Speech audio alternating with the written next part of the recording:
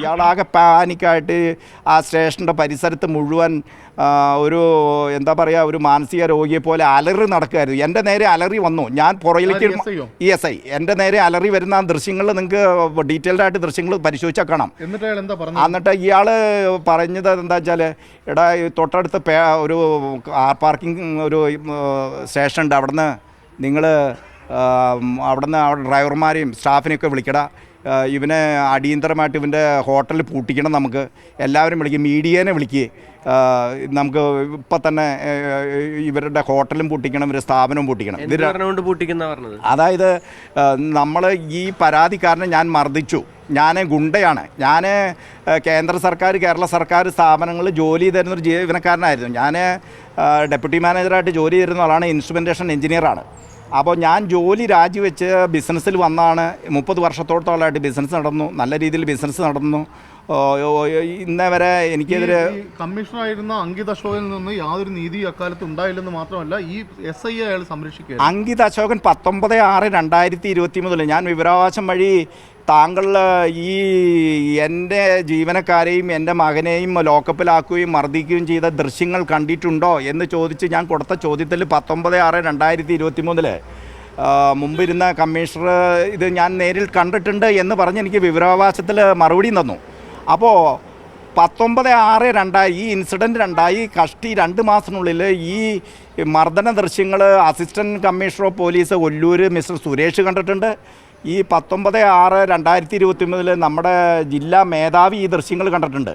അപ്പോൾ ഇപ്പോൾ 2 കൊല്ലം 3 മാസമായി ഈ ദൃശ്യങ്ങൾ നേരിൽ കണ്ടിട്ടും ഈ ക്രിമിനൽ പ്രവൃത്തി നടത്തിയ ഈ SI അന്ന് SI ആയിരുന്നു, അത് അദ്ദേഹം ഇപ്പോൾ സർക്കിൾ ഇൻസ്പെക്ടറായിട്ട് ചെറുതുരുത്തിയിലേക്ക് മാറി. ഇപ്പോൾ അയാൾ കൊച്ചിയിലെ ഉദ്യോഗസ്ഥൻ PM രതീഷ് എന്ന് പറയുന്ന സബ് ഇൻസ്പെക്ടറായിരുന്ന ഉദ്യോഗസ്ഥൻ ഇപ്പോൾ സർക്കിൾ ഇൻസ്പെക്ടറായിട്ട് കടവന്തറ പോലീസ് സ്റ്റേഷനിൽ ക്രമസമാധാനത്തിൻ്റെ ചുമതല വഹിക്കുകയാണ്. ഇതെന്താ പെട്ടെന്ന് ഇത്രയും പ്രകോപനം ഉണ്ടായി ഇങ്ങനെ അടിക്കാനായുള്ളൊരു കാരണം?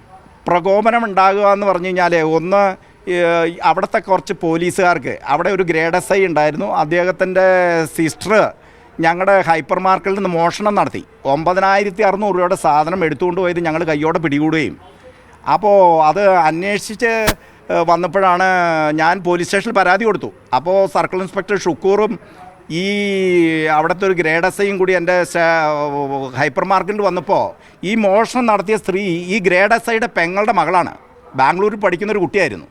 അപ്പോൾ ഞങ്ങൾ കയ്യോടെ കാണിച്ചു, ദേ ഈ സഞ്ചി നിറയെ ഞങ്ങളുടെ അവിടെ നിന്ന് മോഷ്ടിച്ചുകൊണ്ടായി, 9600 രൂപയുടെ സാധനം മോഷ്ടിച്ചുകൊണ്ടായി. അപ്പോൾ ഈ ഷുക്കൂർ എന്ന് പറയുന്ന അന്നത്തെ PG സർക്കിൾ ഇൻസ്പെക്ടർ ആവശ്യപ്പെട്ട അത് വിട്ടുകള, നമ്മുടെ ഗ്രേഡ് SIയുടെ പെങ്ങളുടെ മകളാണ്, ആവശ്യപ്പെട്ട പ്രശ്നം ഉണ്ടാക്കരുത് എന്ന് പറഞ്ഞപ്പോൾ ഞാനൊരു പോലീസ് ഉദ്യോഗസ്ഥൻ റിക്വസ്റ്റ് പ്രകാരം ഞാൻ അതിൽ കേസ് എടുക്കാനൊന്നും പോയില്ല. ഈ രതീഷ് പണം രതീഷിന് കൊടുക്കുന്ന ഈ പരാതിക്കാരനായ മറ്റേ അയാൾ പറഞ്ഞിരുന്നു? രതീഷിനും ഇങ്ങനെയാണ് പറഞ്ഞത്, SIക്കും പോലീസുകാരും ഇതിൽ ഇൻവോൾവ് ആയിട്ട് 4-5 പോലീസുകാരുണ്ട്. ഒരു മകേഷ് എന്ന് പറഞ്ഞൊരു പോലീസുകാരുണ്ട്, അദ്ദേഹം ഞങ്ങളുടെ CCTV ഒന്ന് പരിശോധിച്ചിരിക്കുന്നതാണ്, ഞങ്ങളുടെ ഹോട്ടലിലെ CCTV ഒക്കെ പരിശോധിച്ച് അദ്ദേഹത്തിന് ബോധ്യപ്പെട്ടതാണ്. അപ്പോൾ അദ്ദേഹം ഈ ഗ്യാങ്ങിൽപ്പെട്ട് അദ്ദേഹമാണ് ഈ SIനെ തെറ്റിദ്ധരിപ്പിക്കുക. അപ്പോൾ ഈയിടെ അദ്ദേഹം ഈ നമ്മുടെ ഈ ക്രിമിനൽ പ്രവൃത്തി ചെയ്ത സർക്കിൾ ഇൻസ്പെക്ടർ, ഈ കടവന്തറയിൽ ജോലി ചെയ്യുന്ന ഈ സർക്കിൾ ഇൻസ്പെക്ടർ തൃശ്ശൂർ വരി എൻ്റെ ഒരു സുഹൃത്തിൻ്റെ വീട്ടിൽ വന്ന് എൻ്റെ സുഹൃത്ത് എന്നെ വിളിച്ചു, ഞാൻ അവിടെ ചെന്നു.